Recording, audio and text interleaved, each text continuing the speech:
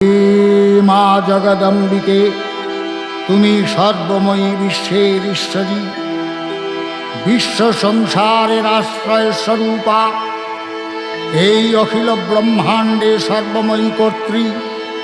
তোমার অন্তরস্থলেই সৃষ্টিকর্তা ব্রহ্মা, সর্বশক্তিমান বিশ্বপাতা বিষ্ণু এবং প্রলয়কর্তা দেবাদিদেব বিরাজমান।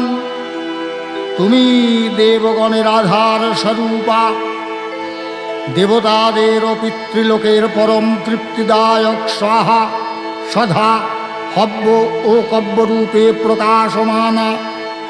হে মা কালী, হে মা বিশ্বজননী, তোমার শরণাগত ভক্তের প্রতি তোমার আশীষ প্রতিনিয়ত ভক্ত মস্তকে যেন বর্ষিত হয়। শুধু এইটুকু প্রার্থনা